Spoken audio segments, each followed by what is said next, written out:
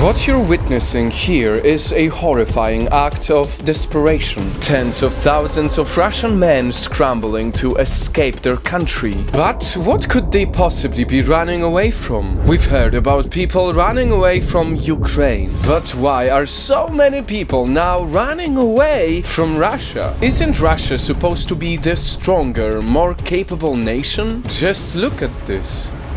These Russian men were so desperate to hide, they immediately packed the bags to cross the borders. Many men booked expensive one-way flights at the last minute. Well, ladies and gentlemen, it is all because of this. Указ о частичной мобилизации подписан. All because their president Vladimir Putin announced Russia would draft at least 300,000 men to deploy them to Ukraine. And the panic was so bad that some even paid for fake HIV diagnoses, so they get disqualified from being tapped by the Russian army. Nightfall, truth is, most people don't care anymore what's happening with the Russia-Ukraine war. But this image is a reminder that the war is far from over, and that what's happening in Russia proves that war will eventually affect everyone.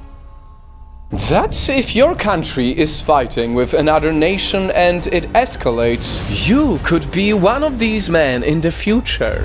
I don't want to kill people and I don't want to be killed. I don't need this war. You could be just like these men who had to pack their bags and show up at draft centers, who had to say goodbye to their moms, sisters and wives with no certainty of ever coming back alive.